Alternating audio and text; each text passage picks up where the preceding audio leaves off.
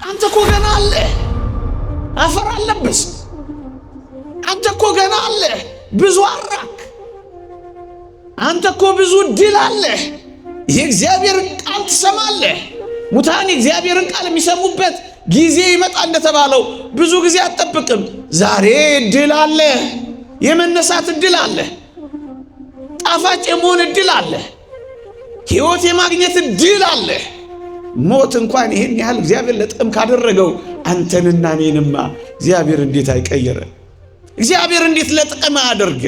እንደ በደልክ አትቅር፣ እንደ ጠፋ አትቅር፣ እንደ ተቅበዘበዝክ አትቅር። ይልቅ ከፍ ካለው ማዕረግ ውጣ ብሎ ያከበረ እግዚአብሔር ለጥቅም አድርጎ ይሄንን እንኳን ይቀይረዋል። አዎ ቀየረው። ታዲያ ይሄ ሁሉ እጅግ የሚያስገርሙን ነገሮች እግዚአብሔር ለጥቅም ካደረገው ከዚያ መለስ ያለው የኔና የናንተ ጥቂትን ሕይወት እግዚአብሔር ለጥቅም አድርጎ አይቀይረው። ለዚህ ነው ትጠቅማላችሁ የሚለውን ቃል መስማት ያለብን። ዛሬ ወንበዴ፣ ዛሬ ምርጥ ደረጃ አንድ አስቸጋሪ ልትሆን ትችላለህ። ግን እመነኝ ለእግዚአብሔር መንበርከክ ከጀመርክ በኃያሉ በእግዚአብሔር ፊት ለመዋረድ ከፈቀድክ ብዙዎችን የምታስጠልል ሰው ትሆናለህ። ታሪክ ይረሳል፣ አዲስ ስም ይወጣልሃል፣ ምርጥ ዕቃ የሚል ርዕስ ይሰጥሃል። እመነኝ በጣም ጠቃሚ ትሆናለህ። ዛሬ ሰው ሁሉ የሚሸሽ ሊሆን ይችላል። አንቺ ስትመጪ ሰው ሁሉ አቋርጦሽ ሊሄድ ይችላል። ሰው ሁሉ ዓይንህን ለማየት ተጸይፎት ይሆናል። ስምህን ሲሰማ የሚያስደነግጠው ሊሆን ይችላል። ይህ ዓለም ግን እመነኝ ብቻ ገዳመ አስቄጥስ ድረስ፣ ብቻ አባ መቃርዮስ እግር ስር እረፍ፣ ብቻ አናንያ ጋር ሂድ፣ እግዚአብሔር ጋር ተገናኝ። ማንነት ይቀየራል። አዲስ የታሪክ ምዕራፍ ይጀምራል። ዛሬ ያጣኸው ነገር ህልምህን አያበላሽብህ። በቃ አጣኸው፣ ግን ገና ብዙ የምታገኘው እንዳላስ። እንደሱ ነው ያደረገችው እቺ ሴት። ተገፋች። ስትገፋ ለመግፋት አልሄደች፣ ወንድን ለመበቀል አልሄደች፣ ጸባይዋንም አላበላሸች። ዓለም እንደተደፋባት ግልብጥብጡ አልወጣላት። ባል ነው እንጂ ካዳት እግዚአብሔር እንዳልካዳ ታውቃለች። በመታመኗ ምክንያት መከዳት እሷን መክዳትን አልለመደች። እንዴ ዓለም የሚደበላለቅባቸው አለ አይደል? እጮኛ ስትከዳቸው ዓለም ተደበላልቆባቸው ግሮሰሪ ውስጥ እንደ ቆርኪ የሚጠረጉ ምስኪኖች አሉ አይደል? ተስፋ የቆረጡ መርዝ የሚጠጡ ዓለም የተደበላለቀባቸው ይመስላቸው። እግዚአብሔር በዛ ውስጥ አስደናቂ ጥቅም ያለው ሥራ እንደሚሰራ ልናውቅ ልናምን ይገባል። እህቶቼ ዛሬ ባለው ማንነትህ ራስህ ላይ አትፍረድ፣ በሰው ላይ አትፍረድ። እግዚአብሔር እነማንን ጠቃሚ አድርጎ እንዳወቀ እናያለን። ማን ጠቃሚ ይሆናል ብሎ አሰበ? ወገኖቼ አይዟችሁ ከእግዚአብሔር ጋር እንሆን እንጂ የማይጠቅም የለም። ፍጥረታትን እንኳን ተመልከቷቸው፣ ላይጠቅም የተፈጠረ ፍጥረት አለ። ታዲያ አንተ ላትጠቅመው ነው የሞተልህ? ሌላውን ሁሉ ተው፣ ትጠቅማለህ። መቼና እንዴት? እግዚአብሔር ጋር ጨክነ መኖር ጀምር፣ ጠቃሚ አድርጎ ይቀይራል። ይሄው ጳውሎስን ተመልከተው። አንተና እንጂ ምናልባት አንተ ላይ ታወቅ ይችላል። ስለ አንተ እዚህ ውስጥ የሚያለቅስ ሰው አለ። ይሁላችሁ የቤተ ክርስቲያን ጸሎት አይቋረጥም። እኛ አሁን ተምረን ጸሎት አድርገን እንሄዳለን በየበረሃው በየቤቱ። እኛ ስናቋርጥ ስለኛ የሚጀምሩ ሰዎች አሉ። እነሱ ጠቃሚ ያደርጉናል። እዚህ ስንመጣ ስለ ጥቂቶች እንኳን ስይል እግዚአብሔር ረድኤቱን ይልካል።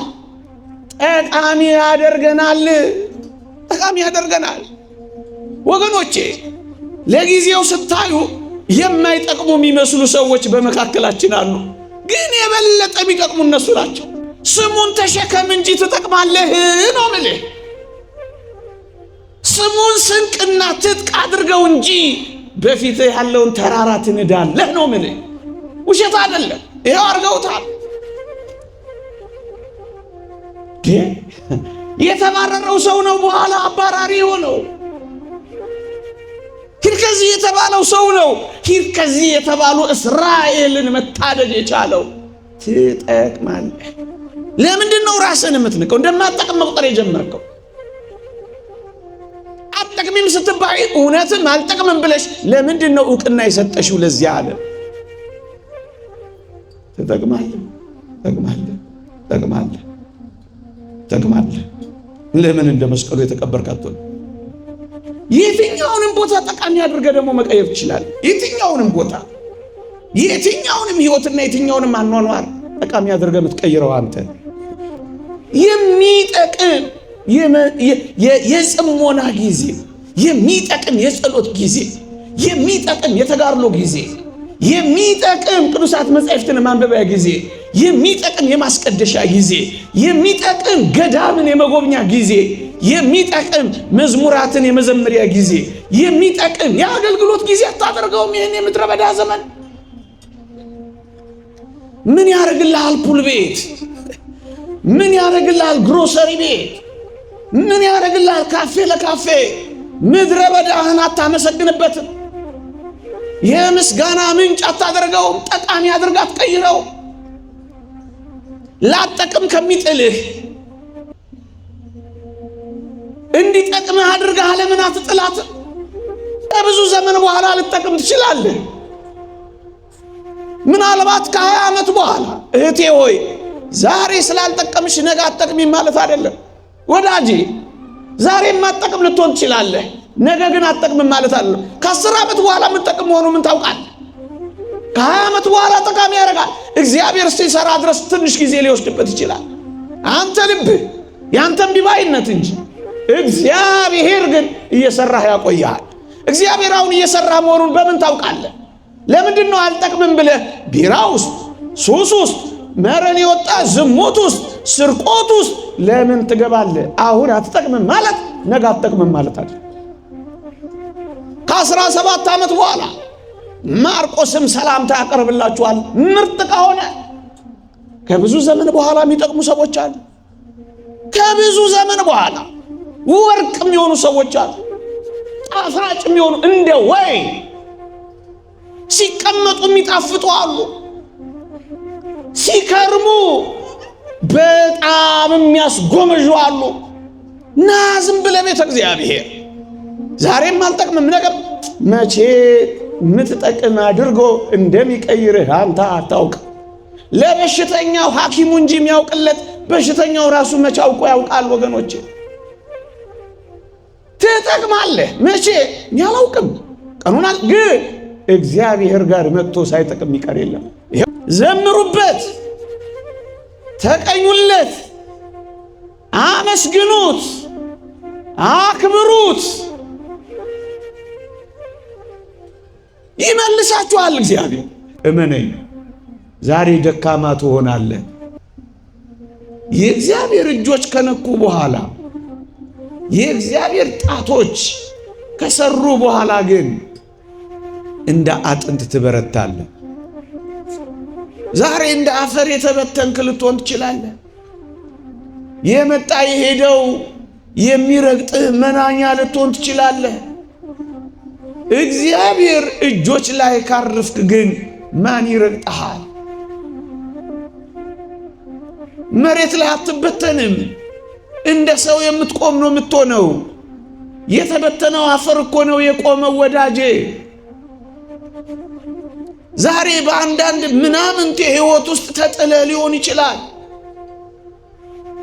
ደስ የማያሰኙ ነገሮች እየረገጡ ሊሆን ይችላል። ግን እመነኝ፣ እንደምንም ብለህ እግዚአብሔር እጅ ላይ በንስሐ እግዚአብሔር እጅ ላይ እረፍ እንጂ ወድቀህ አትቀርም። ያቆመሃል፣ የምትጠቅም ያደርግሃል። እኔ አልጠቅምም ስትል ማፈር የለብህም። ይልቅ እግዚአብሔር እጆች ላይ በሙሉ ልብ ለማረፍ ተዘጋጅ። የቱንም ያክል መራራ እንሁን፣ ይቅርታ ለቋንቋዬ፣ የቱንም ያክል የምናስፈራ እንሁን፣ የቱንም ያክል አስቀያሚ ነገር ይኑረን፣ ግን እናንረሳ፣ እግዚአብሔር መቀየር ይችልበታል። ለምን አትፈርስም? እግዚአብሔር ይሰራሃል። ለምን አትበሰብሽም? እግዚአብሔር ምርጥ የክብር ዕቃ ያደርግሻል። እግዚአብሔር ሲናገር መስሪያው ያደርገዋል። ሕይወት ስታየው የፍርድ ያክል የከበደ እንኳን ቢሆን እመነኝ፣ እግዚአብሔር እጆች ውስጥ በእግዚአብሔር ትእዛዛት ውስጥ ጥቂት መመላለስ ጀምር እንጂ ፍርድህን ወደ ሕይወት ይቀይረው ዘንድ እግዚአብሔር ቻይ ነው። ከመረረው እንዲህ ካለ መራራ መቃብር ውስጥ እግዚአብሔር ጣፋጭ ሕይወት ይሰጥ ዘንድ ምስጢር አለው። እግዚአብሔር ሽታ በለው ክርፋት በለው ከማይቆጠረው ከብናኙ ነገር በለው እግዚአብሔር እንዴት ሕይወት እንደሚሰራ ታየው። ይህ እንዴት ይሆናል? እግዚአብሔር ይችላል። ታዲያ ከተቀበርክ ከሞት በኋላ እግዚአብሔር መራራ ነገርን ከተጎነጨ በኋላ እንደዚህ አድርጎ ጣፋጭ ትንሣኤን የሚሰራ ከሆነ ሳትፈርስ ሳትበሰብስ በጥቂት ጉስቁልናና ድካም ውስጥ አልጠቅምም ብለህ ራስን እንዴት ትቀብራለህ? ከተቀበረው ሕይወት ይሰራል እግዚአብሔር። የጠፋውን ይሰበስባል እግዚአብሔር። የታኘከውንና የተበላውን ያዋህዳል እግዚአብሔር። ይሄ አምላክ ከሆነ አንተ ከዚህ እንዴት ታንሳለህ ብለህ ታስባለህ?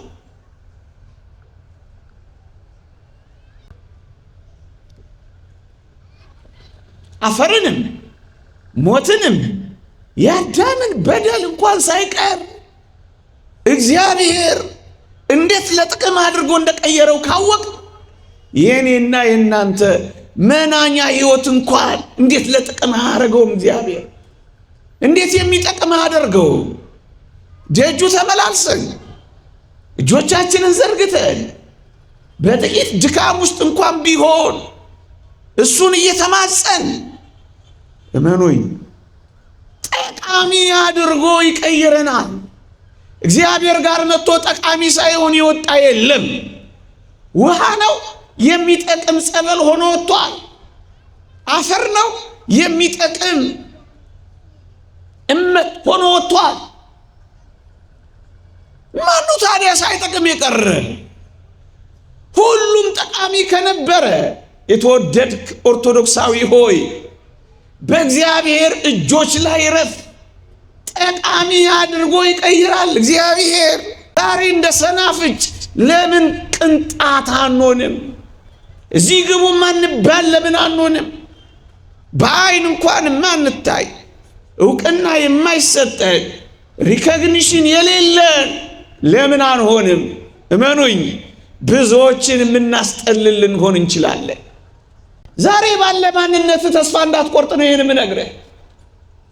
እግዚአብሔር እጆቹ ላይ ካረፍክ እንደ ጳውሎስ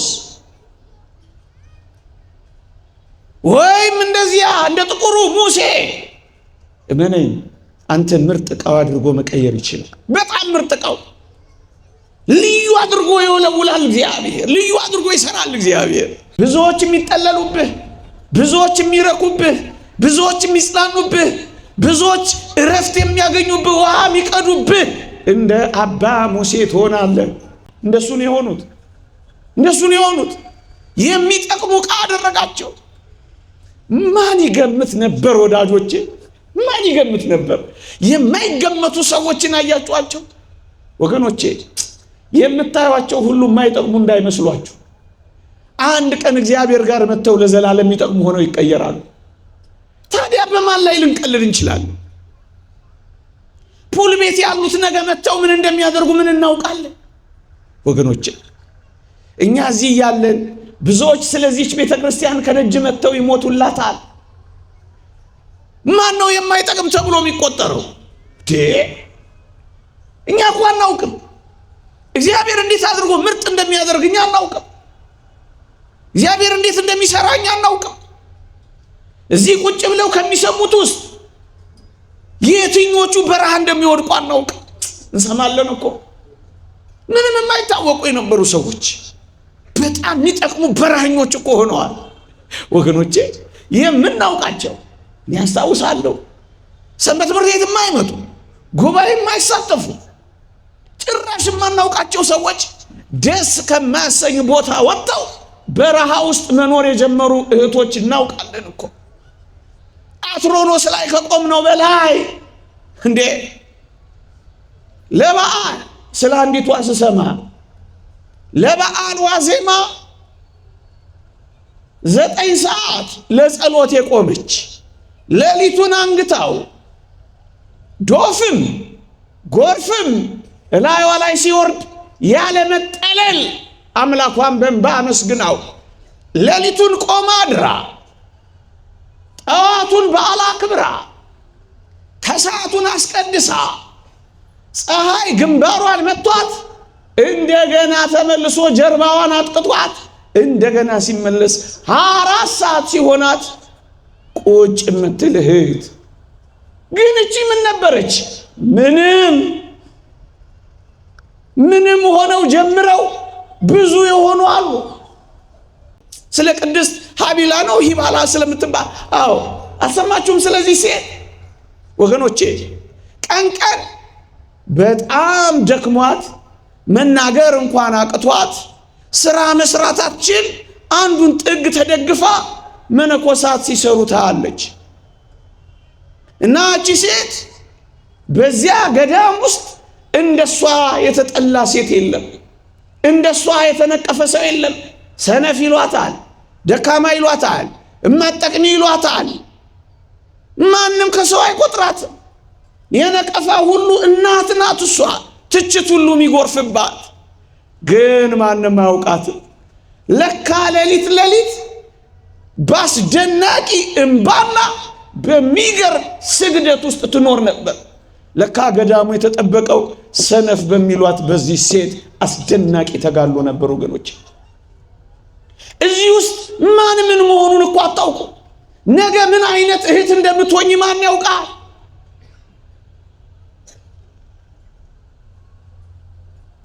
አናውቅም። ጌታዬ አምላክህ እንዲያርፍብህ ፍቀድና ብትቀበር የማትፈርስ ቢጥሉ የማትወድቅ ቆሻሻ ሁሉ ቢደፋብህ ቆሻሻህን አራግፈህ የምትነሳ ትሆናለህ። ብቻ ኢየሱስ ክርስቶስን በልብህ አሳርፉ። አምላክህን ማረፊያ አድርገው። የአምላክህ ዙፋን ለመሆን ተመቻች። ንስሐ እየገባ ስጋው ደግሞ እየተቀበልክ ደግሞ እየበረታ ጥቂት ኑር እንጂ አምላክ ካረፈብህ ማን ያጠፋል? ሰራዊት ቢሰፍርብህ ልቤ አይፈራም እንዳለው ለምን ሰራዊት አይሰፍርብህም? አትጠፋ። እሱ ከተከለ ማን ሊነቅል ይችላል? እሱ ከከፈተልህ ማን ሊዘጋብህ ይችላል? እሱ ካንተ ጋር ከሆነ ማን ሊያዋርድህ ይችላል? እንደሱ ነው የተጻፈው። እኛ እኮ ሁላችንም ማለት አይደለም። አንዳንዶቻችን ሰዎችን የማይጠቅሙ አድርገን መጣለው ምንችልበት፣ እንዳይጠቅሙ አድርገን የሰበርናቸው ስንት ናቸው? እንዳይጠቅሙ አድርገን ያባረርናቸው ስንት ናቸው? እንዳይጠቅሙ አድርገን ቅስማቸውን የሰበርናቸው ስንት ናቸው? እንዲጠቅሙ አድርገን ከመስራት ይልቅ እንዳይጠቅሙ አድርገን ያፈረስናቸው ስንት ናቸው? ስንቶችን ነው እኛ የቀበርነው? ስንቶችን ነው እንዳይነሱ አድርገን የደመደምነው? ስንቶች እህቶችን እንዳይነሱ አድርገን ቀብረናል።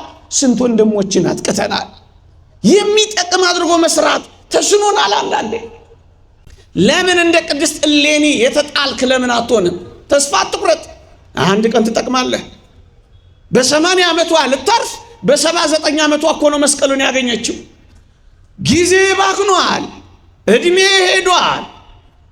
ጃጅቻለሁ፣ አፍጅቻለሁ፣ አብቅቻለሁ እንዳትል። እግዚአብሔር የባከነ ሰዓት የለው። ባለቀ ሰዓት የኖርክበትን ዘመን ሁሉ ብትሰራ የማታገኘውን እግዚአብሔር ይሰራል። በስመ አብ ወወልድ ወመንፈስ ቅዱስ አሃዱ አምላክ አሜን። ክቡራን አበው ካህናት፣ ሊቃውንተ ቤተ ክርስቲያን፣ መምህራነ ወንጌል፣ ዘማሪያን፣ የሰንበት ትምህርት ቤት ደቀ መዛሙርት፣ የተወደዳችሁ ሕፃናት፣ የልዑል እግዚአብሔር ቤተሰቦች፣ ምእመናንና ምእመናት በልዑል እግዚአብሔር ስም እንደምን ሰነበታችሁ? እንደምን አላችሁ? አሜን። በምሕረቱ የጎበኘን እንደ በደላችን ያልከፈለን እንደ ኃጢአታችንም ያልተቆጣጠረን ይህችን ዕለት ለምስጋና ለውዳሴ በፊቱ እንድንቆም የረዳን የአባቶቻችን አምላክ የእኛም አምላክ ልዑል እግዚአብሔር ዘላለማዊ ስሙ የተመሰገነ ይሁን። ለቀደምት አበው ለነቢያት፣ ለቅዱሳን ሐዋርያት፣ ለሐዋርያውያን አበው ለሊቃውንት የገለጸውን ጥበብና ምስጢር ለሁላችንም ይግለጽልን። ከዚህች ዕለት ከእመቤታችን ከቅድስት ድንግል ማርያም ከጻድቁ አባታችን ከእስትንፋሰ ክርስቶስ ከሌሎቹም ቅዱሳን አባቶቻችን ቅዱሳን እናቶቻችን በረከት ረድኤት ለሁላችንም ያሳትፈን። ሰምተን ለመጠቀም እግዚአብሔር ይርዳን። በዚህች ምሽት እግዚአብሔር ቢፈቅድልን እሱ እንዲያስተምረን በመማፀን የምንመካከርበት የትምህርታችን ርዕስ ትጠቅማለህ በሚል ርዕስ ይሆናል። ትጠቅማለህ በሚል ርዕስ ይሆናል።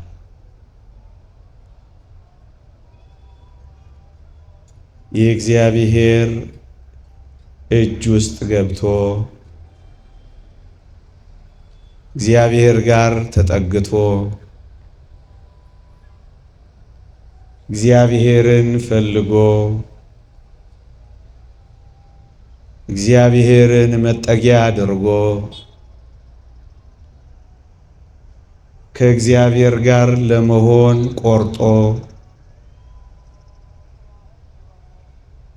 እግዚአብሔር እንዲሰራበት ፈቅዶ የማይጠቅም ምንም የለም። ለዚህ ነው ይህንን ርዕስ የመረጥኩት። እኛ የእግዚአብሔር እንሁን እንጂ፣ እኛ ከእግዚአብሔር ጋር እንኑር እንጂ፣ እግዚአብሔር ከእኛ ጋር እንዲሆን እኛ ጨክነን እንፍቀድ እንጂ፣ እኛ የእግዚአብሔርን ፈቃድ ለመፈጸም እንበርታ እንጂ፣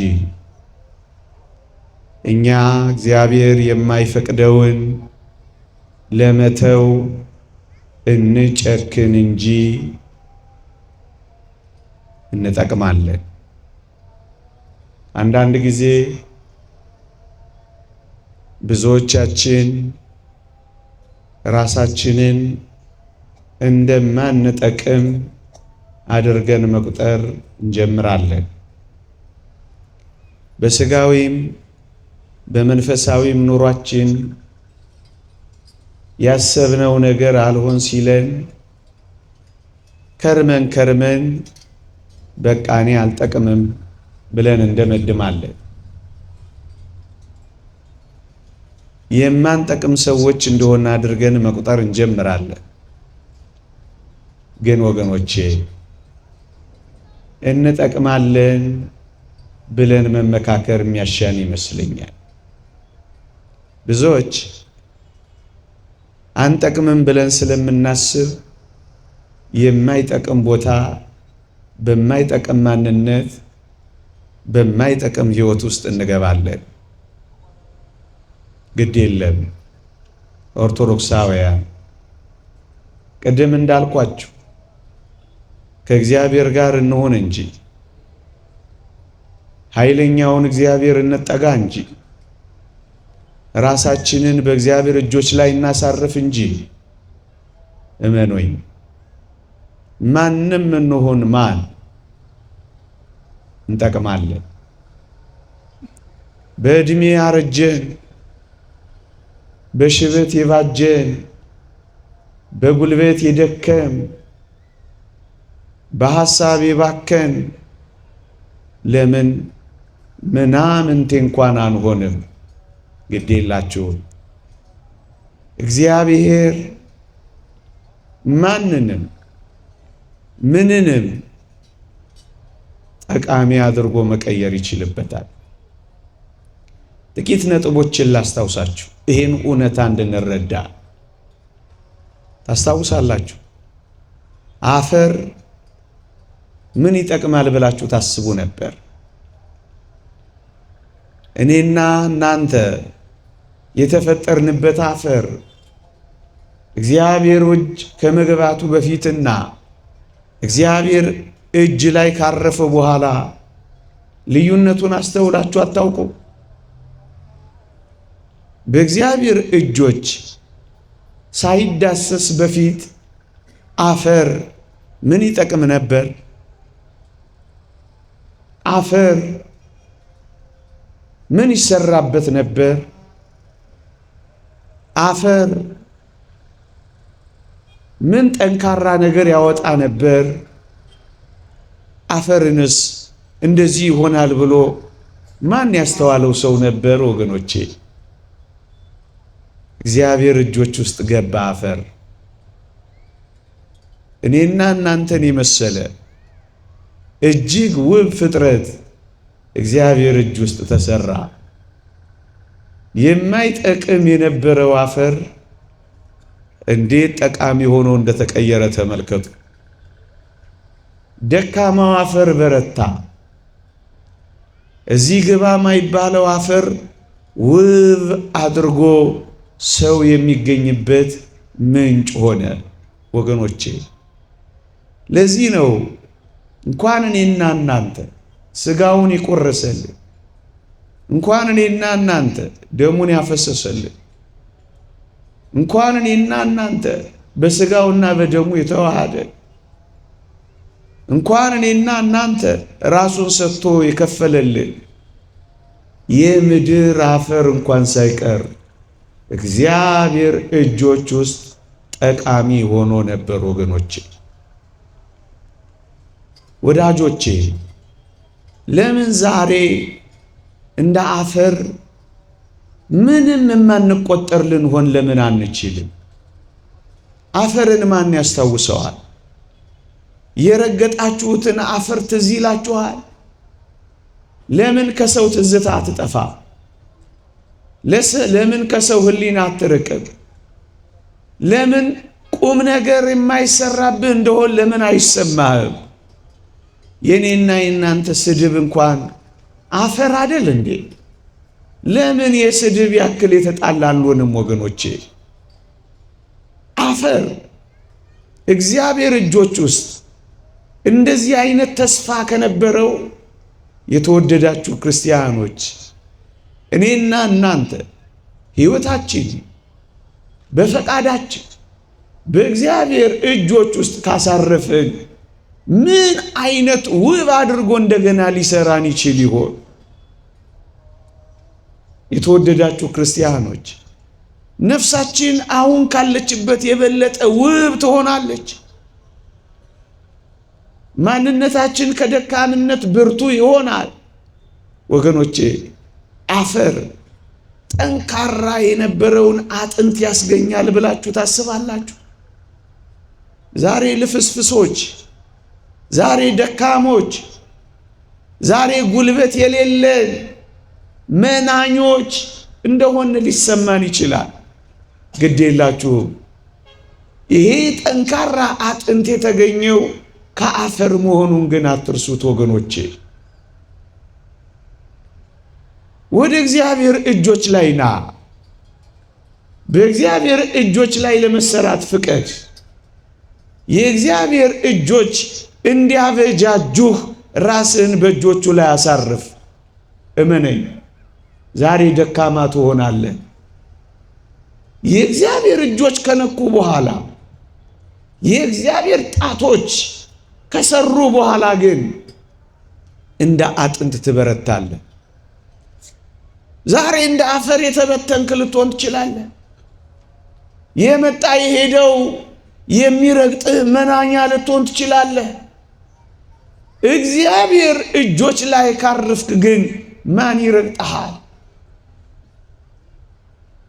መሬት ላይ አትበተንም። እንደ ሰው የምትቆም ነው የምትሆነው። የተበተነው አፈር እኮ ነው የቆመው ወዳጄ። ዛሬ በአንዳንድ ምናምንቴ ሕይወት ውስጥ ተጥለህ ሊሆን ይችላል። ደስ የማያሰኙ ነገሮች እየረገጡ ሊሆን ይችላል።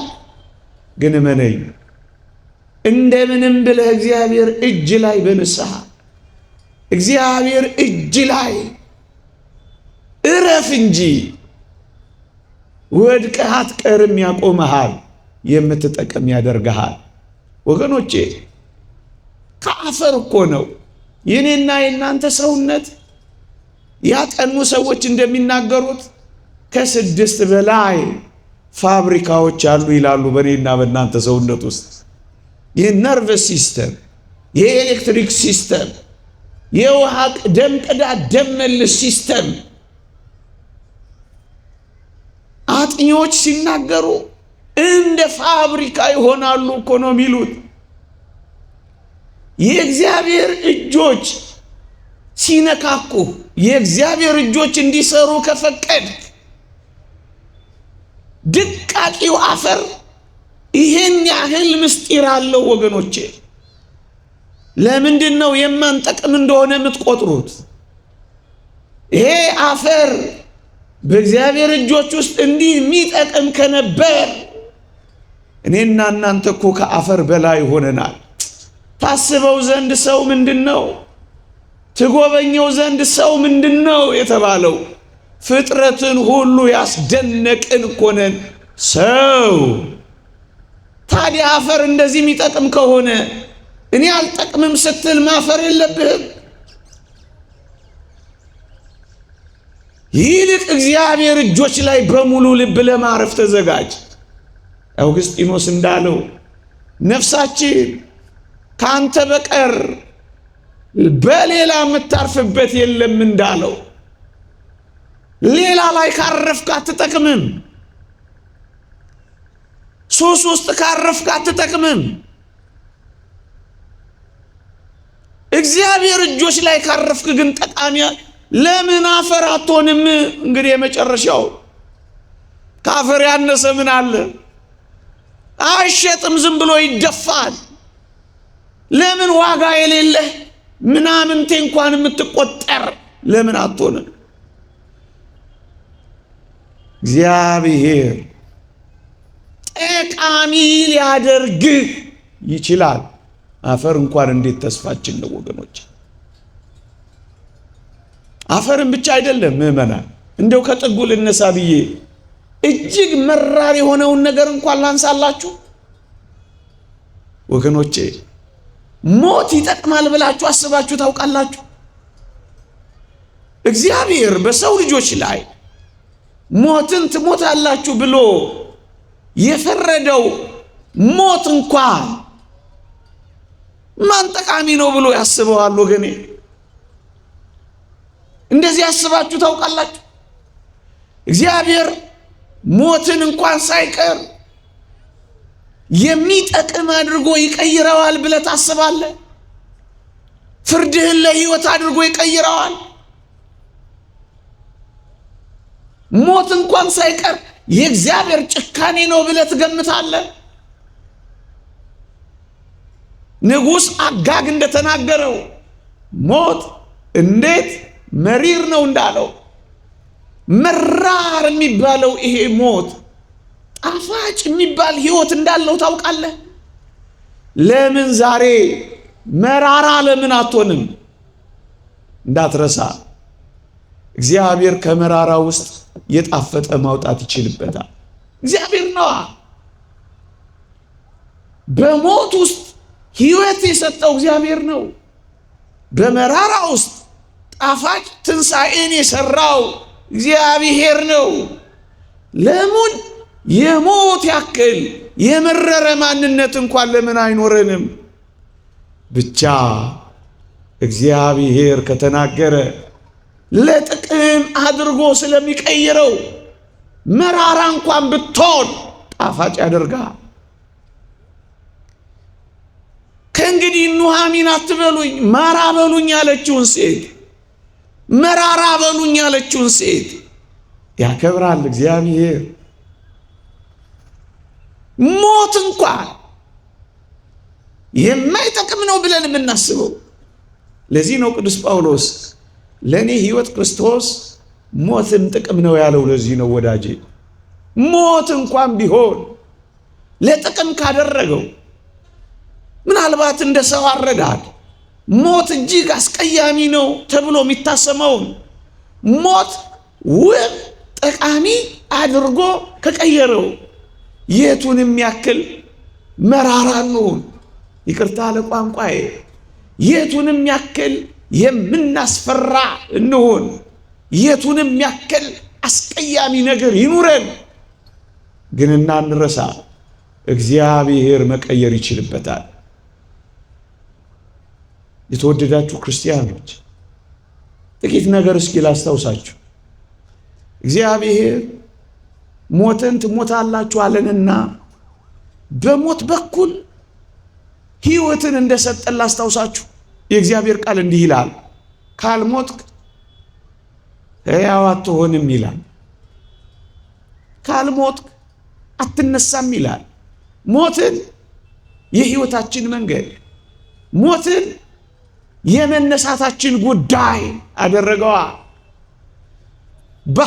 በድካም እንዘራለን፣ በኃይል እንነሳለን፣ በውርደት እንዘራለን፣ በክብር እንነሳለን፣ በመበስበስ እንዘራለን፣ ባለመበስበስ እንነሳለን።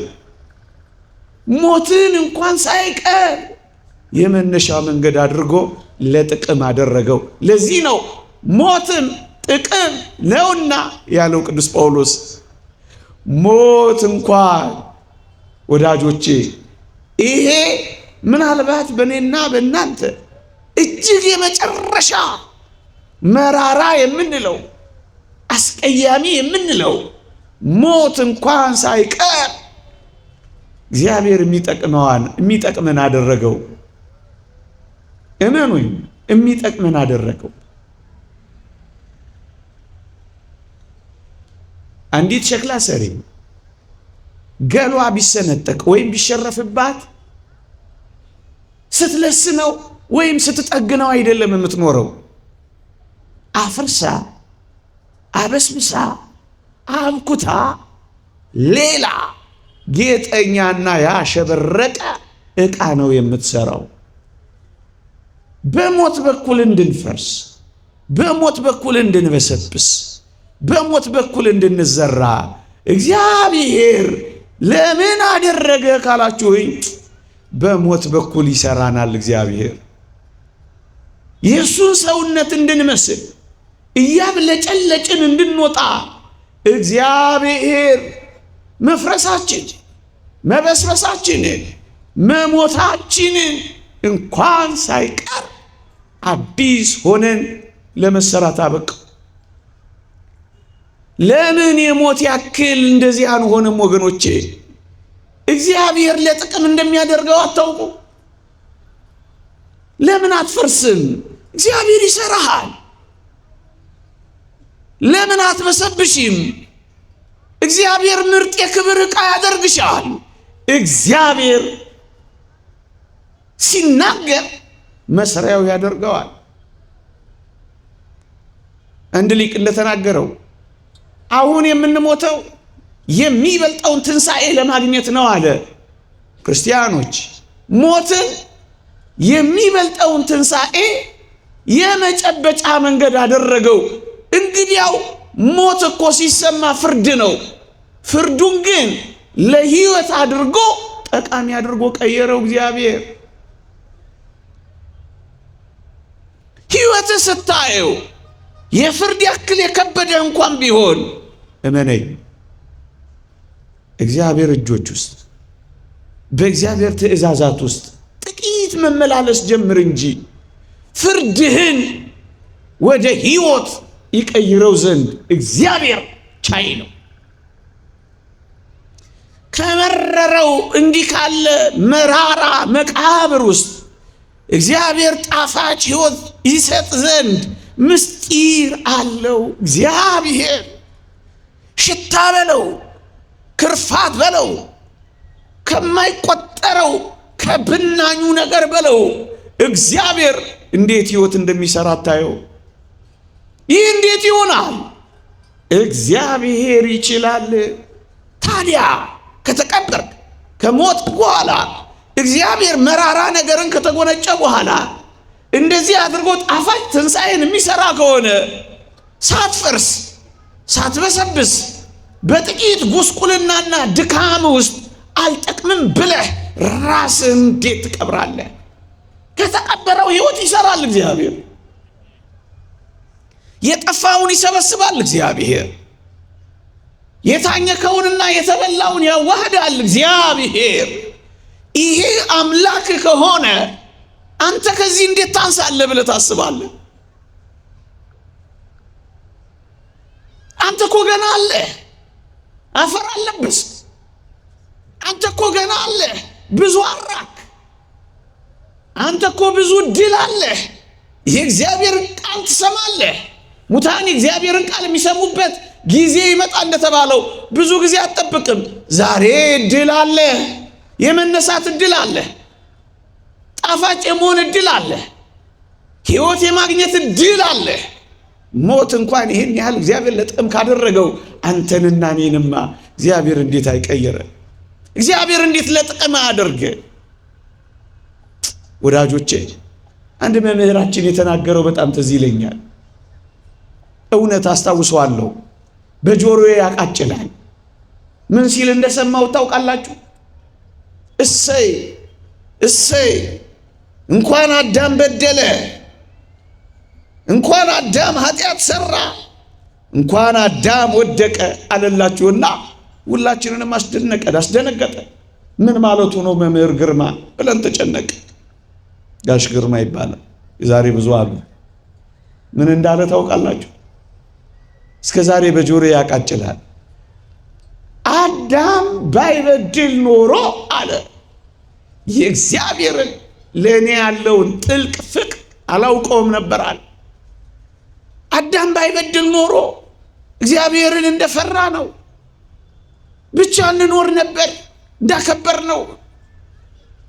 ፍቅር የሚባል ነገር ሳይገባን ይቀር ነበር አለ። አዳም ከበደለ በኋላ ግን አለ እግዚአብሔር እኛን ምን ያክል እንደሚያፈቅረን ደግሞ አሳየን አለ። ምን አድርጎ? ሰው ሆኖ ተሰቅሎ ሞቶ።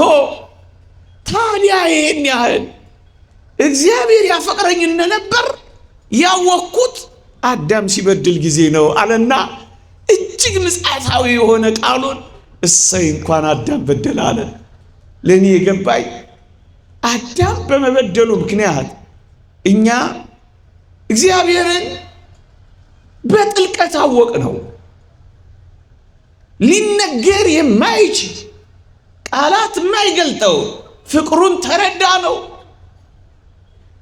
በፈጣሪነቱ ብቻ አይደለም፣ በአፍቃሪነቱም ዓለም አዲስ እውቀት አገኘች።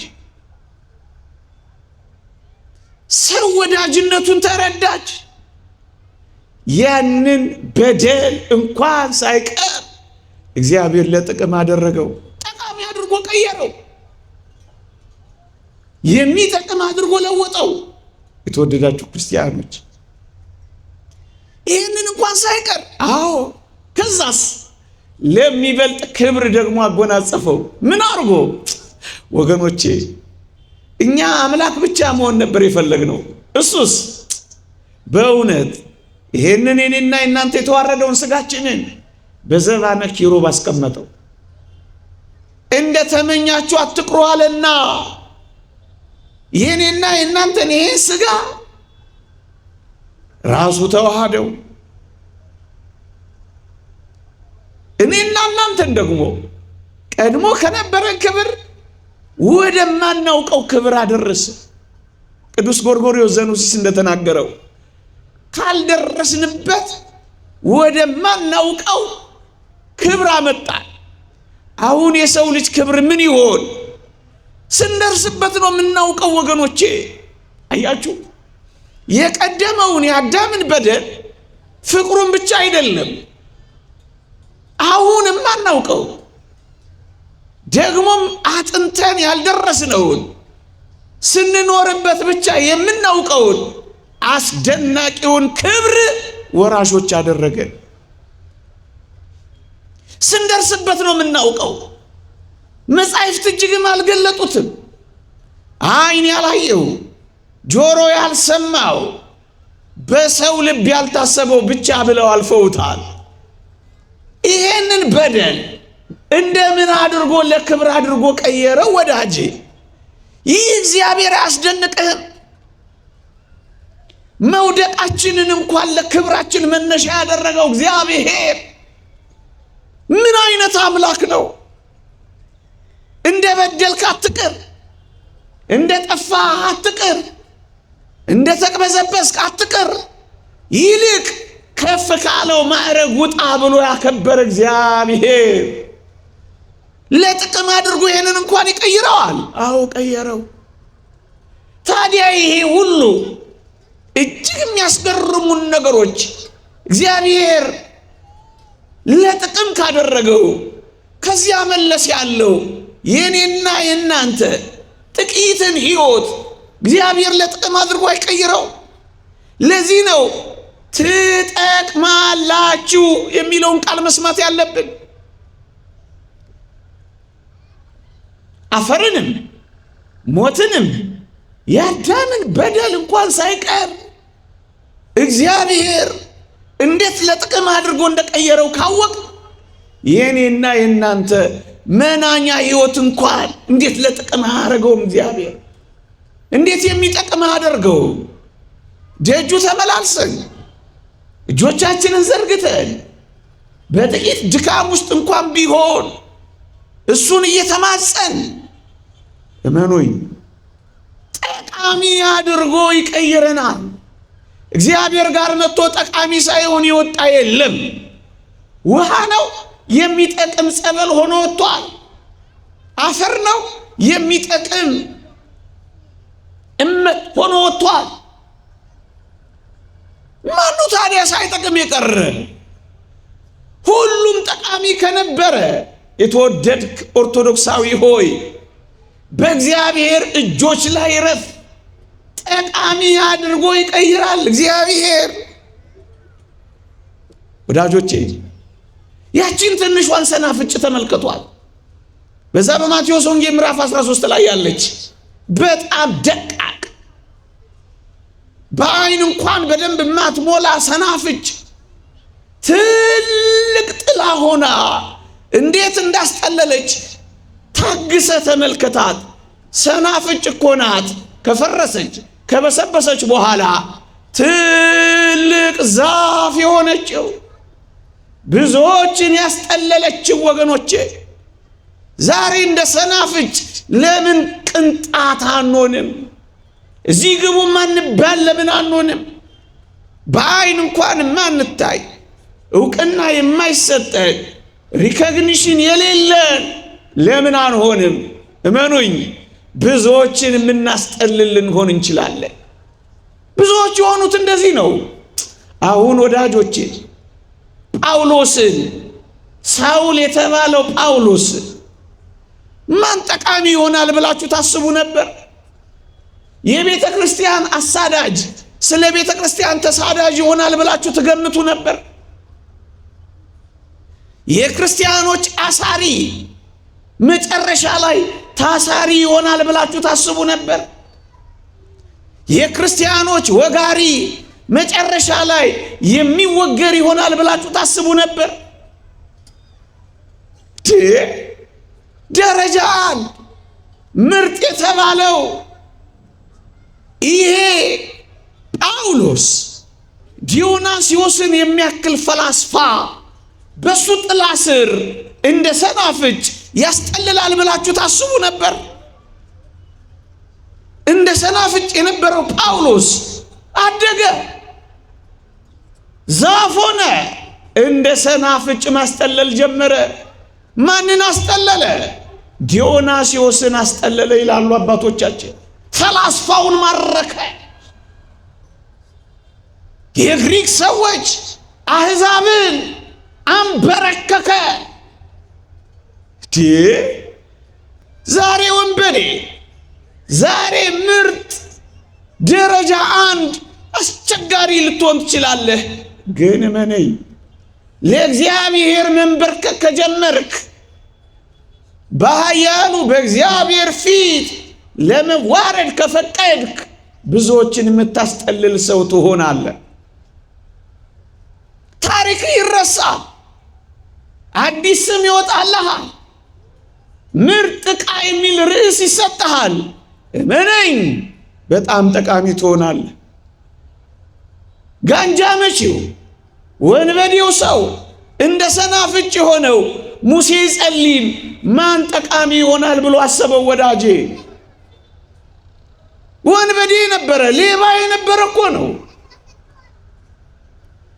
ብዙ ሺህ ወንጀለኞችን የሚመራ ወንጀለኛ ነበረ እኮ። ታዲያ ይሄ ሰው በርበራውያን ሲመጡ ለክርስቶስ አንገቱን ይሰጣል ብለህ ታስብ ነበር? የብዙዎች መጠለያ፣ የብዙዎች ማረፊያ፣ የብዙዎች ምስጢር መፍቻ ይሆናል ብለህ ታስብ ነበር? ዛሬ ባለ ማንነት ተስፋ እንዳትቆርጥ ነው ይህን የምነግርህ። እግዚአብሔር እጆቹ ላይ ካረፍክ እንደ ጳውሎስ ወይም እንደዚያ እንደ ጥቁሩ ሙሴ እመነኝ፣ አንተ ምርጥ ዕቃው አድርጎ መቀየር ይችላል። በጣም ምርጥ ዕቃው ልዩ አድርጎ ይወለውላል እግዚአብሔር፣ ልዩ አድርጎ ይሰራል እግዚአብሔር። ለዚህ እኮ ነው እነዚህን ሰዎች ያነሳውላችሁ። ማን ነው እግዚአብሔር ጋር መጥቶ ሳይጠቅም የቀረ ያልኳችሁ እኮ ለዚህ ነው። ብዙዎች የሚጠለሉብህ፣ ብዙዎች የሚረኩብህ፣ ብዙዎች የሚጽናኑብህ፣ ብዙዎች እረፍት የሚያገኙብህ፣ ውሃ የሚቀዱብህ እንደ አባ ሙሴ ትሆናለህ። አባ ሙሴ አታስታውሱ? በረሃውን አቋርጠው ዝናውን መጀመሪያ የነበረው የወንበዴነት ዝና ነበረ። አሁን ግን ተቀይሯል። ሁሉ አባ ሙሴ አባ ሙሴ ይሸሹት የነበሩት ሁሉ ይፈልጉት ገቡ። እንዴት ጠቃሚ እንደሆነ ተመልከተው። ዛሬ ሰው ሁሉ የሚሸሽ ሊሆን ይችላል። አንቺ ስትመጪ ሰው ሁሉ አቋርጦሽ ሊሄድ ይችላል። ሰው ሁሉ ዓይንህን ለማየት ተጸይፎት ይሆናል። ስምህን ሲሰማ የሚያስደነግጠው ሊሆን ይችላል ይህ ዓለም። ግን እመነኝ፣ ብቻ ገዳመ አስቄጥስ ድረስ፣ ብቻ አባ መቃርዮስ እግር ስር እረፍ፣ ብቻ አናንያ ጋር ሂድ፣ እግዚአብሔር ጋር ተገናኝ፣ ማንነት ይቀየራል። አዲስ የታሪክ ምዕራፍ ይጀምራል። እንደሱ ነው የሆኑት፣ እንደሱ ነው የሆኑት። የሚጠቅሙ ዕቃ አደረጋቸው። ማን ይገምት ነበር ወዳጆቼ? ማን ይገምት ነበር? የማይገመቱ ሰዎችን አያችኋቸው ወገኖቼ? የምታዩቸው ሁሉ የማይጠቅሙ እንዳይመስሏችሁ። አንድ ቀን እግዚአብሔር ጋር መጥተው ለዘላለም የሚጠቅሙ ሆነው ይቀየራሉ። ታዲያ በማን ላይ ልንቀልድ እንችላለን? ፑል ቤት ያሉት ነገ መጥተው ምን እንደሚያደርጉ ምን እናውቃለን? ወገኖቼ እኛ እዚህ ያለን ብዙዎች ስለዚህች ቤተክርስቲያን ከደጅ መጥተው ይሞቱላታል። ማን ነው የማይጠቅም ተብሎ የሚቆጠረው? እኛ እኮ አናውቅም። እግዚአብሔር እንዴት አድርጎ ምርጥ እንደሚያደርግ እኛ አናውቅም። እግዚአብሔር እንዴት እንደሚሰራኝ አናውቅም። እዚህ ቁጭ ብለው ከሚሰሙት ውስጥ የትኞቹ በረሃ እንደሚወድቁ አናውቅም። እንሰማለን እኮ ምንም የማይታወቁ የነበሩ ሰዎች በጣም የሚጠቅሙ በረሃኞች እኮ ሆነዋል ወገኖቼ። የምናውቃቸው ያስታውሳለሁ፣ ሰንበት ትምህርት ቤት የማይመጡ ጉባኤ የማይሳተፉ ጭራሽ የማናውቃቸው ሰዎች ደስ ከማያሰኝ ቦታ ወጥተው በረሃ ውስጥ መኖር የጀመሩ እህቶች እናውቃለን እኮ። አትሮኖስ ላይ ከቆምነው በላይ እንዴ ለበዓል ስለ አንዲቷ ስሰማ ለበዓል ዋዜማ 9 ሰዓት ለጸሎት የቆመች ሌሊቱን አንግታው ዶፍም ጎርፍም እላይዋ ላይ ሲወርድ ያለ መጠለል አምላኳን በእንባ አመስግናው ሌሊቱን ቆማ አድራ ጠዋቱን በዓል አክብራ ከሰዓቱን አስቀድሳ ፀሐይ ግንባሯን መቷት እንደገና ተመልሶ ጀርባዋን አጥቅቷት እንደገና ሲመለስ 4 ሰዓት ሲሆናት ቁጭ የምትል እህት ግን እቺ ምን ነበረች? ምንም ሆነው ጀምረው ብዙ የሆኑ አሉ። ዛሬ ባለው ማንነትህ ራስህ ላይ የማትፍረድ፣ በሰው ላይ የማትፍረድ እግዚአብሔር እነማንን ጠቃሚ አድርጎ እንዳወቀ እናያለን። ማን ጠቃሚ ይሆናል ብሎ አሰበ? ወገኖቼ አይዟችሁ ከእግዚአብሔር ጋር እንሆን እንጂ የማይጠቅም የለም።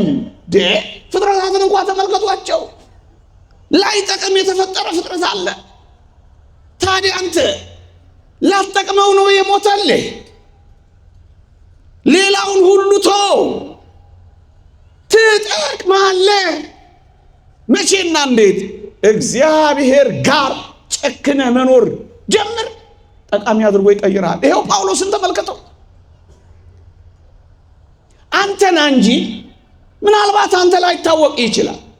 ስለ አንተ እዚህ ውስጥ የሚያለቅስ ሰው አለ። ይሁላችሁ የቤተ ክርስቲያን ጸሎት አይቋረጥም። እኛ አሁን ተምረን ጸሎት አድርገን እንሄዳለን በየበረሃው በየቤቱ። እኛ ስናቋርጥ ስለኛ የሚጀምሩ ሰዎች አሉ። እነሱ ጠቃሚ ያደርጉናል። እዚህ ስንመጣ ስለ ጥቂቶች እንኳን ሲል እግዚአብሔር ረድኤቱን ይልካል። ጠቃሚ ያደርገናል። ወገኖቼ ለጊዜው ስታዩ የማይጠቅሙ የሚመስሉ ሰዎች በመካከላችን አሉ። ግን የበለጠ የሚጠቅሙ እነሱ ናቸው።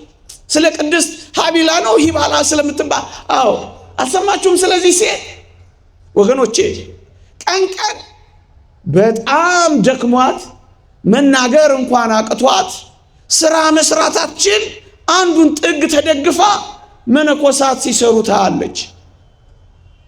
እና እቺ ሴት በዚያ ገዳም ውስጥ እንደሷ የተጠላ ሴት የለም፣ እንደሷ የተነቀፈ ሰው የለም። ሰነፍ ይሏታል፣ ደካማ ይሏታል፣ እማጠቅሚ ይሏታል። ማንም ከሰው አይቆጥራትም። የነቀፋ ሁሉ እናት ናት እሷ፣ ትችት ሁሉ የሚጎርፍባት። ግን ማንም አያውቃትም። ለካ ሌሊት ባስደናቂ እንባና በሚገርም ስግደት ውስጥ ትኖር ነበር። ለካ ገዳሙ የተጠበቀው ሰነፍ በሚሏት በዚህ ሴት አስደናቂ ተጋድሎ ነበር። ወገኖች እዚህ ውስጥ ማን ምን መሆኑን እኮ አታውቁ። ነገ ምን አይነት እህት እንደምትሆኝ ማን ያውቃል?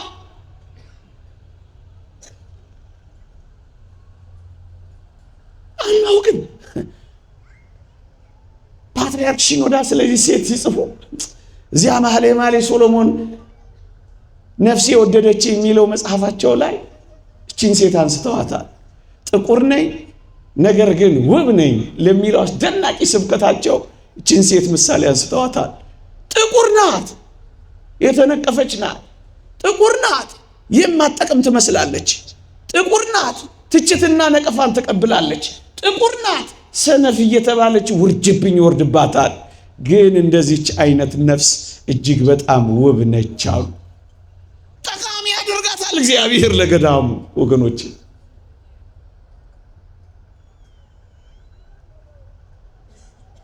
ትጠቅማለህ፣ እንጠቅማለን። የተወደዳችሁ ክርስቲያኖች ለ300 ዘመናት የክርስቶስ መስቀል የኢየሩሳሌም ቆሻሻ መድፊያ ከሆነ በኋላ ወጥቶ ይጠቅማል ብላችሁ አስባችሁ ታውቁ ነበር? እንጨት ነው፣ አልፈረሰም። እንጨት ነው፣ አልበሰበሰም። እንጨት ነው፣ አልጠፋም። ለ300 ዘመናት እኮ ነው ብላችሁ ከዚያ ወጥቶ መስቀል ሆኖ ጠቃሚ ሆኖ ያበቃል ብላችሁ ታስባላችሁ? ክርስቶስ አረፈበታል። ጌታዬ አምላክህ እንዲያርፍብህ ፍቀድና ብትቀበር የማትፈርስ ቢጥሉ የማትወድቅ ቆሻሻ ሁሉ ቢደፋብህ ቆሻሻህን አራግፈህ የምትነሳ ትሆናለህ። ብቻ ኢየሱስ ክርስቶስን በልብህ አሳርፉ።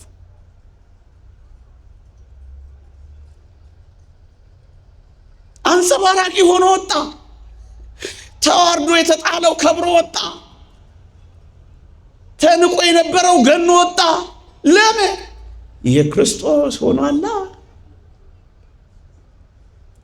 ለውርደት የነበረው ለክብር ሆኖ ወጣ። እንዴት ይበሰብ? እንዴት ይጠፋል? አትጠፋም፣ በፍጹም አትጠፋም። አምላክህን ማረፊያ አድርገው። የአምላክህ ዙፋን ለመሆን ተመቻች። ንስሐ እየገባ ስጋው ደግሞ እየተቀበልክ ደግሞ እየበረታ ጥቂት ጥቂት ኑር እንጂ አምላክ ካረፈብህ ማን ያጠፋል? ሰራዊት ቢሰፍርብህ ልቤ አይፈራም እንዳለው ለምን ሰራዊት አይሰፍርብህም? አትጠፋም፣ አትጠፋም። እሱ ከተከለ ማን ሊነቅል ይችላል? እሱ ከከፈተልህ ማን ሊዘጋብህ ይችላል? እሱ ካንተ ጋር ከሆነ ማን ሊያዋርድህ ይችላል? እንደሱ ነው የተጻፈው፣ እንደሱ ነው የተጻፈው።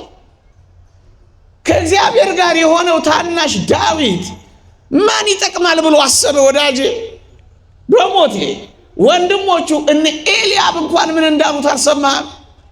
ስር ምን ወደዛ ብለው እኮ ነው ናቁት። ሂድ ከዚህ ብለው እኮ ነው ያባረሩት። እንዲህ አይነቱ ብላቴና ያን ኃያል ሰው ያጋድመዋል ብለህ ታስባለህ? ሰይፍ ያዘ፣ ከልጅነቱ ጦር የለመደ ጥቂት ጠጠር ከያዘ ምናምንቴ ሰው ጋር ግብ ግብ ይገጥማል ብለህ ታስባለህ? ዳዊት እንዲህ አለ፣ አንተ ሰይፍ፣ አንተ ጭሬ፣ አንተ ጎመድ ይዘብኝ ትመጣለህ፣ እኔ ግን አንተ በተገዳደርከው በእስራኤል አምላክ ስም እመጣብሃለሁ አለው። ስሙን ተሸከም እንጂ ትጠቅማለህ ነው የምልህ። ስሙን ስንቅና ትጥቅ አድርገው እንጂ በፊትህ ያለውን ተራራ ትንዳለህ ነው የምልህ።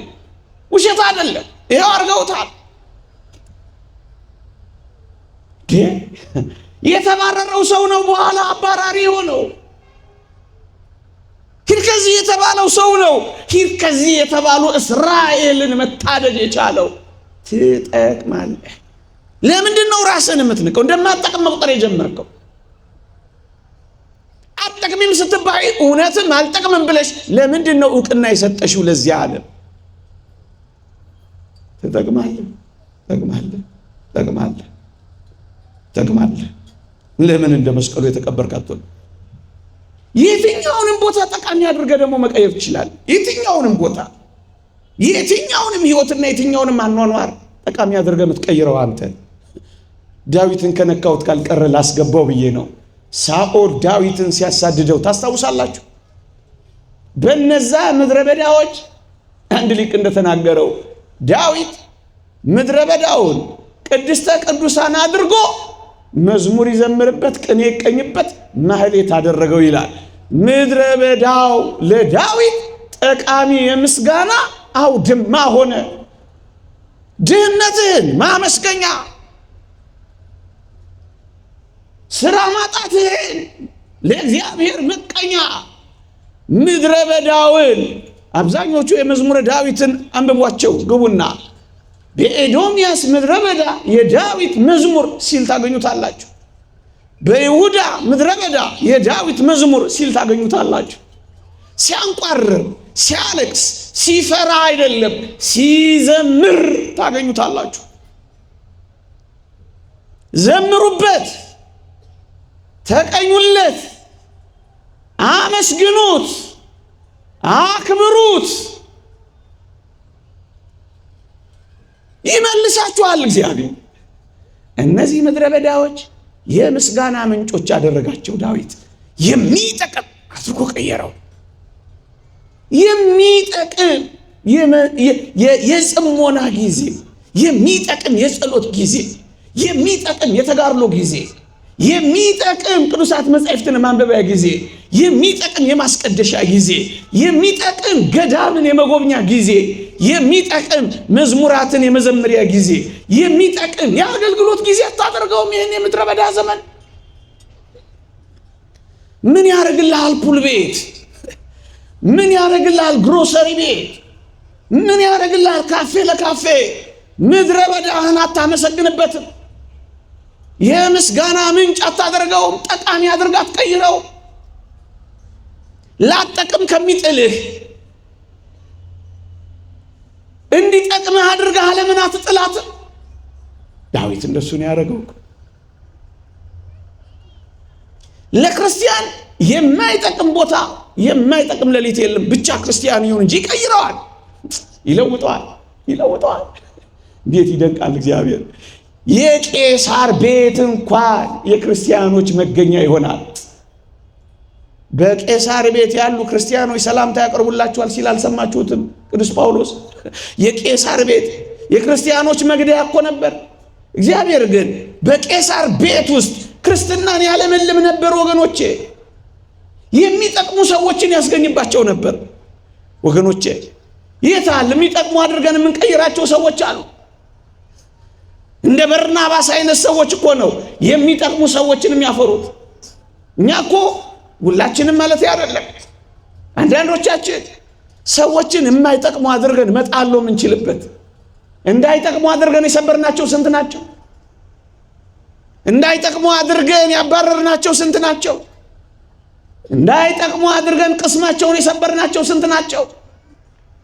እንዲጠቅሙ አድርገን ከመስራት ይልቅ እንዳይጠቅሙ አድርገን ያፈረስናቸው ስንት ናቸው? ስንቶች በቀቢጸ ተስፋ በርናባስን ተመልከቱት። ቤተ ክርስቲያን ቅዱስ ጳውሎስን እንዳትጠራጠረው ደግሞ እንድትቀበለው ያደረገው ልበ ሰፊው በርናባስ ነበር ይላሉ መምህራን። በርናባስ ቅዱስ ጳውሎስን ተቀበለው። መቀበል ብቻ እኮ አይደለም። የሐዋርያት ሥራ እስከ ምዕራፍ 13 አንብቡት። በጣም የሚገርም ታሪክ ይናገራል። በርናባስና ሳውል ይላል። ከ13ኛው ምዕራፍ በኋላ በርናባስ ቅዱስ ጳውሎስን ሳውልን ተመለከተው። በጣም የእግዚአብሔር ጸጋ እንዳደረበት አመነ።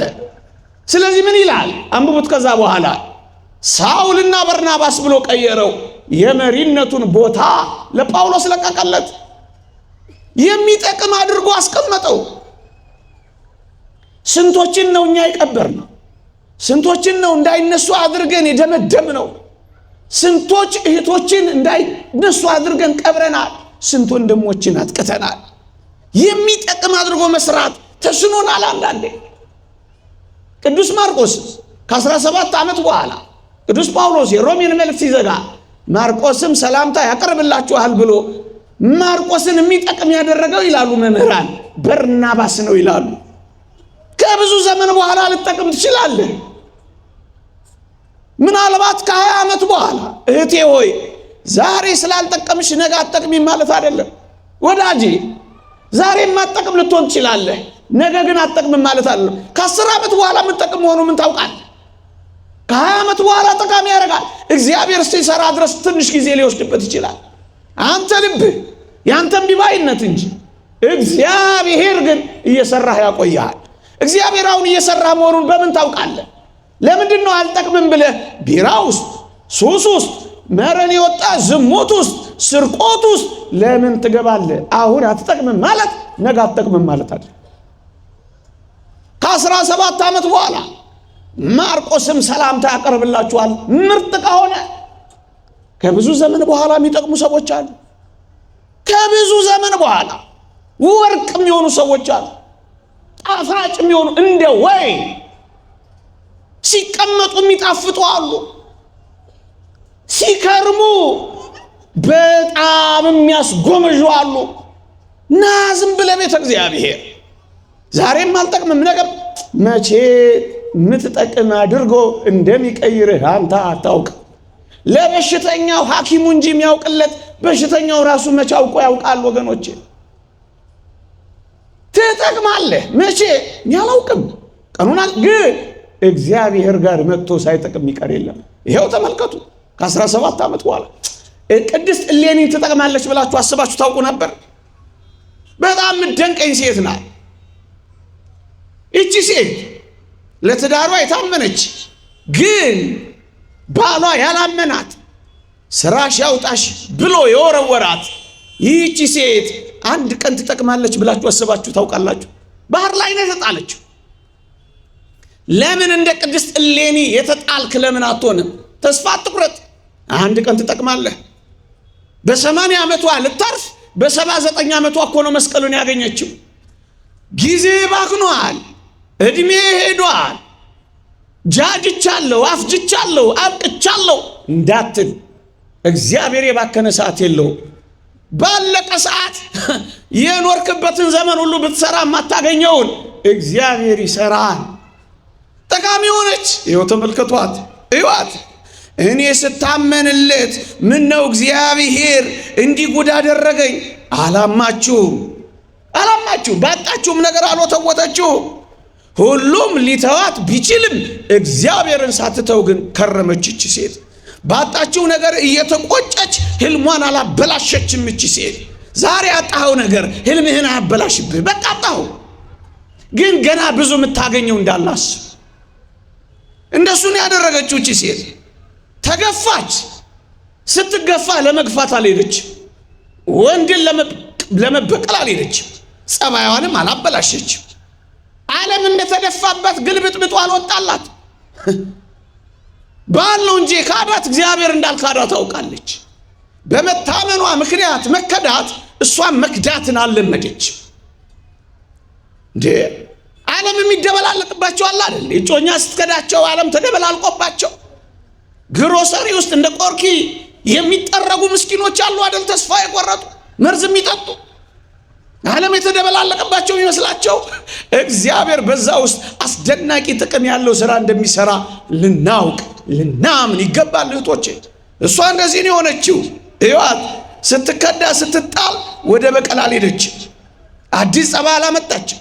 ወንድን ሁሉ አልጠላችም፣ አላበደችም፣ ሰከነች። ስራሽ ያውጣሽ አለ። በጣም ይደንቃል። አስደናቂ አጨራረስ ጨረሰች። በ80 ዓመቷ ልታርፍ በ79 ዓመቷ መስቀሉን ተመረቆዘች። መስቀሉ ላይ ረፍ እንጂ ጠቃሚ ትሆናለህ። ተረጋግተህ አስብ። የሚያሳብር ነገር ሲመጣ አትበድ እንጂ ጠቃሚ ትሆናለህ። ችግርህን ጠቃሚ ታደርገዋለህ። መውጫ መንገድ መሻገሪያ ታንኳ አድርገህ ትቀይረዋለህ። የምትጠቅምበት ጊዜ ይመጣል ነው የሚልህ። ዓለም ሁሉ ቆሻሻ መጣያ ቢያደርግህ እንደ መስቀሉ ስታስተባብል አትኖርም። ቆሻሻ የሚወገድበት፣ ጉድፍህ የሚጠረግበት፣ ተራራህ የሚናድበት የእግዚአብሔር ጊዜ ይመጣል። ምክንያቱም አንተ መስቀሉን ተሸክመሃል። መስቀሉን በልብ ተክለሃል። ፍቅሩን እያሰላሰልክ ነዋሪ ነህ። ስለዚህ አንተ የተጠበቅክ ነህ። ነገሬ ልጠቅልለው። እንደ ዮሴፍ ልትረሳ፣ እንደ መስቀሉ ልትጣል፣ እንደ ጳውሎስ ልትጠረጠር፣ እንደ እሌኒም ልትወረወር፣ እንደ ዳዊትም ልትሳደድ ትችል ይሆናል። በሙሉ ግን ጠቃሚ ሆነው አብቅተዋል። ታዲያ እንዴት ነው ጠቃሚ አልሆነም የምትለው? ከዚህ ውጭ አንተ ልትሆን ትችላለህ። ልዩነታችን ከእግዚአብሔር ጋር የመኖር እና ያለመኖር ጉዳያችን።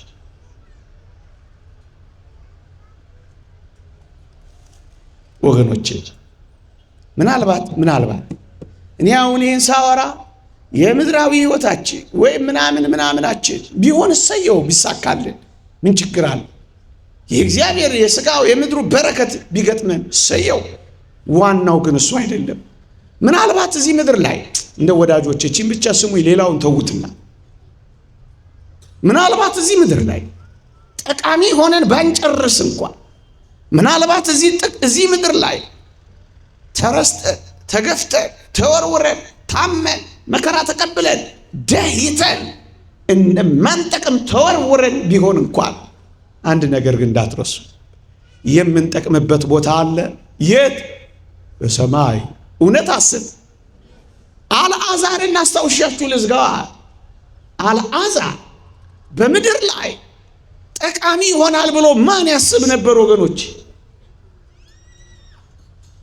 በድህነቱ ላይ በሽታ፣ በበሽታው ላይ ተንከባካቢ ማጣት፣ ተንከባካቢ በማጣት ላይ ቁስሎቹን ውሻ መላስ፣ ቢለምን የሚሰጠው የሌለ ምስኪን፣ ትንሣኤ ሙታን ባልተሰበከበት ዘመን መኖሩ ምንኛ አልዓዛርን የማይጠቅም አድርጎ እንደተጣለ ይታሰብ ይሆን? ግዴለህም። ምናልባት እኔና እናንተ እንደ አልዓዛር ላንሆን እንችላል። ድህነት ቢኖርብንም በሽታ ላይኖርብን ይችላል። በሽታ ቢኖርብንም ተንከባካቢ ላናጣ እንችላለን። ተንከባካቢ እንኳን ብናጣ ውሾች ላይ ልሱን ይችላል። እንደዛ እንኳን ባንሆን ብንለምን የሚመጸውተን አናጣ። ይሄ ሁሉ እንኳን ባይሆን ትንሣኤ ሙታን እንዳለ ተሰብከናል፣ መጽናኛ አለ። አልዓዛር እንደዚህ ኖሮ ከዚህ የበለም የማይጠቅም ሰው አለ። በጣም ይገርማል። የአልዓዛር ጊዜ ግን መጣ። እኔ በጣም ያስደንቀኛል ወዳጄ። በዚህ ምድር ላይ ያንተ ጊዜ የማይኖር ቢሆን እንኳን አንድ ቁም ነገር እንዳትረሳ፣ ያንተ ጊዜ በሰማይ ይጀምራል። እዚህ ምድር ላይ ዝነኛ ባትሆን በዚያ በሰማይ ዝነኛ የምትሆንበት ጊዜ ይጀምራል። እንደ አልዓዛር በጣም ይገርማችኋል። መጽሐፍ ቅዱስ እንዲህ ይላል። አንድ ቀንም ነግሬያችሁ ነበር ታስታውሱ ከሆነ። አልዓዛር ሞተ፣ ወደ አብርሃም እቅፍ ወሰዱት ይላል። የአልዓዛር ሽግግር ሆነ። በቃ ስትሞት በጣም ጠቃሚና አስፈላጊ ትሆናል። ይሄን በምን ታረጋግጣለህ መሰለህ? አልዓዛር በዚያ በአብርሃም እቅፍ ውስጥ ቪአይፒ ወይም ትንሽ ከፍ ካረከው ቪቪአይፒ ሆነ። ቬሪ ቬሪ ኢምፖርታንት ፐርሰን እንደሚሉት በጣም ተፈላጊ ሰው ሆነ። አይቶት የማያውቀው ባለጸጋ ቀና ብሎ አልዓዛርን አየው ይላል። ሰው ሁሉ የሚፈልግ ጊዜ ይመጣል። አንተ ከእግዚአብሔር ስትሆን፣ ቅዱስ ስትሆን፣ አመስጋኝ ስትሆን፣ ጻድቅ ስትሆን፣ በጎ ስትሆን፣ ታጋሽ ስትሆን ተፈላጊ ሰው። ይኸው ቅዱሳን ተፈላጊ የሆኑት ለምንድን ነው? መከራን ታግሰው፣ መከራን ስትታገስ፣ ድህነትን ስትታገስ፣ በሽታን ስትታገስ፣ መተውን ስትታገስ፣ መወርወርን ስትታገስ ከዚያ ሰው ሁሉ ፈላጊ ይሆናል። ያ ባለጸጋ መሬት ላይ እኮ አይቶት አያውቅም። አሁንስ ከሩቅ አየው። አጠገብ ሆኖ ያላየ ሁሉ አንድ ቀን ከሩቅ ማየት ይጀምራል። እንደሱ ነው ነገሩ። እዚህ ባትጠቅሚ፣ እዚህ ባትጠቅም፣ እዚህ ባንጠቅም እንኳን የምንጠቅምበት ሀገር አለ። አልዓዛርን ስደድልኝ አለ። ሁላችሁ እንደምታውቁት የጣቱን ጫፍ አስነክቶ ቁስልን ያከከበት ምናምን ተረሳው። የጣቱን ጫፍ አስነክቶ ምላሴን ያበርድልኝ ዘንድ አልዓዛርን ስደድልኝ አይለው። ሲለምነው እምቢ ያለው ሰው አሁን መለመን ጀመረ። ለማኙ ተለማኝ ሆነ፣ ተገለበጠ። የአልዓዛር ጊዜ ደረሰ። የአልዓዛር ጊዜ ይመጣል። ያዘነ የሚጽናናበት ጊዜ ይመጣል። የተናቀ የሚከብርበት ጊዜ ይመጣል። የተተወ የሚፈለግበት ጊዜ ይመጣል። የተዋረደ የሚከብርበት ጊዜ ይመጣል። የተተወ የሚገኝበት ጊዜ ይመጣል። ይሄን እንዳትረሱ። እዚህ ምድር ላይ በጣም ባለመጥቀም ብንደመድም እንኳን እኛ ክርስቲያኖች ተስፋ አንቆርጥም። የበለጠ የምንጠቅምበት ዓለም ደግሞ ይጀምራል። እንጠቅማለን። ትጠቅማለህ። ይቆየን። የእግዚአብሔር ቸርነት፣ የእመቤታችን አማላጅነት፣ የቅዱሳን በረከት ረድኤት አይለየን። አሜን።